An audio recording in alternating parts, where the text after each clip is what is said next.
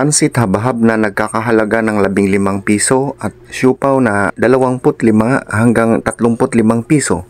Ito ang isa sa mga dinarayo dito mga idol sa bayan ng Lucban, Quezon Province. Para mga idol, samahan nyo kami at bisitahin natin ang sikat dito sa Lucban, Quezon Province. Dito sa tapat ng Southern Luzon State University, dito natin matatagpuan ang isa sa mga dinadarayo at pinipilahan dahil sa napakasarap ng kanilang pansit habahab at ang siopaw, ang Mama Lydia's Lisa Siopaw. At kung tayo nanggaling sa bayan ng Lucban papuntang Kamay ni Jesus, sa kanang bahagi ito mga idol natin makikita. Bukas po pala sila mga idol mula alas 6 ng umaga at minsan naaabot sila ng alas 6 ng hapon o alas 5 dahil sila nauubusan. Maraming salamat nga po pala kay ate na nagpapa-unlock sa Publiko Tinduan TV. At habang ako'y nagbi-video mga idol, takam na takam ako dahil napakasarap tignan ni kuya na kumakain ng siopaw at pansit habahab. Pwede ka rin naman dito kakain mga idol ng breakfast, lunch dahil sila po'y may mga ulam. May nakita nga din po ako doong dinuguan na ulam mga idol at ako'y natatakam. Hindi nga po namin pinalagpas ang pagkakataon, kami bumili ng marami para aming mabaon pa uwi ng Maynila. At dahil nagtatapos na ang pahiyas dito sa Quezon, bagamat ito'y napakamaraming tao pa rin. So sa mga sandaling iyon mga idol na kami umikot, napakabibo sa Lucban. Dito nyo rin po makikita sa Lucban mga idol na wala po ditong plastic bag. Kung ikay pumasyal dito, magdala ka ng eco bag at supot para lagyan ng mga pinamili mga idol. Nakikita nyo mga idol ang siopaw, may bola-bola asado, napakatataba, swak, kapanlasa. At kapag ito'y iyong matikman mga idol, sigurado akong babalik-balikan ninyo ito dahil kakaiba ang lasa. At maraming salamat po pala kay Dr. Armida Cruz at kay Boss Jeff at sa kapatid ni Dr. Cruz na si Honorable Mayor Tenten Villaverde at sa lahat ng Villaverde family. Ang Maritime family ay nagagalak po sa inyong pag-accommodate sa amin. Muli po Doktora, marami pong salamat. Bisitahin ninyo mga idol ang Lucban, Quezon Province na napakalinis na lugar. At maraming salamat din po sa bumubuo ng aming pagbisita dyan sa Lucban kay Madam.